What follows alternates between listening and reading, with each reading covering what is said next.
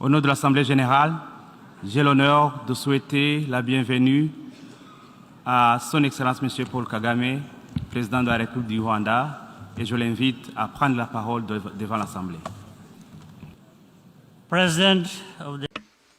Monsieur le Président de l'Assemblée générale, Monsieur le Secrétaire général, Excellences, Mesdames et Messieurs les chefs d'État et de gouvernement, Mesdames et Messieurs les représentantes et représentants. Dans l'Est de la République démocratique du Congo, des récents revers sont venus mettre en lumière que les conditions de sécurité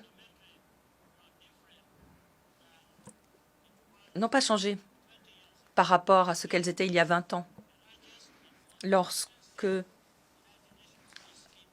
l'opération de maintien de la paix la plus vaste de l'ONU y était pour la première fois déployée. Les États voisins, notamment le Rwanda, se sont retrouvés exposés à des attaques transfrontières, des attaques totalement évitables.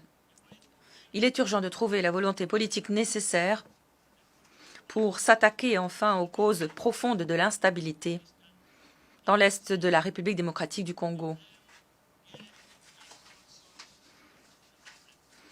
Il ne sert à rien de jeter l'opprobre sur quiconque. Ces défis ne sont pas insurmontables.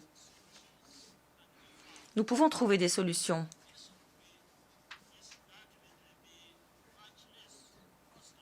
Et ces solutions seraient bien moins coûteuses au plan financier et en termes de vies humaines. En dépit des lacunes qui nous montrent,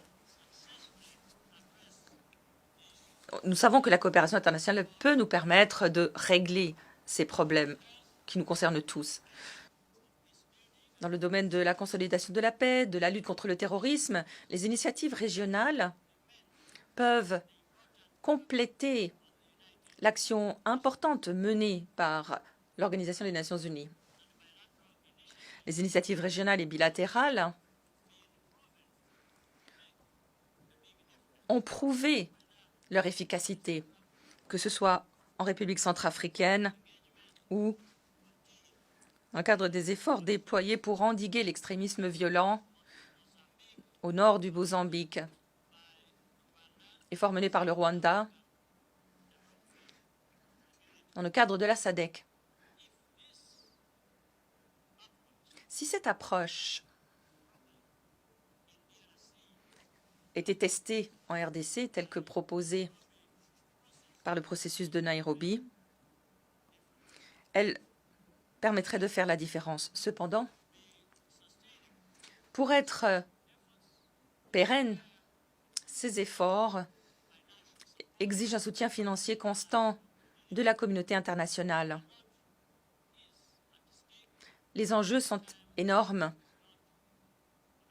et le temps joue contre nous. Nous ne pouvons pas anticiper, prévenir chaque crise, mais nous pouvons mieux nous y préparer. Nous préparer à y réagir rapidement, efficacement, en cas de besoin. En particulier, si nous œuvrons de concert.